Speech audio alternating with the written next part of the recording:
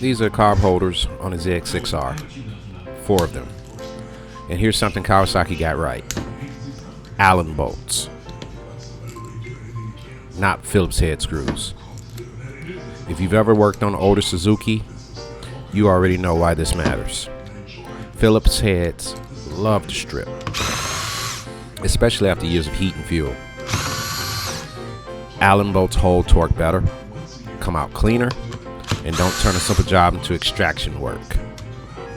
It's a small choice, but it saves a lot of time at the teardown table. Thanks, Kawasaki, for thinking of the guy that's removing the carb holders.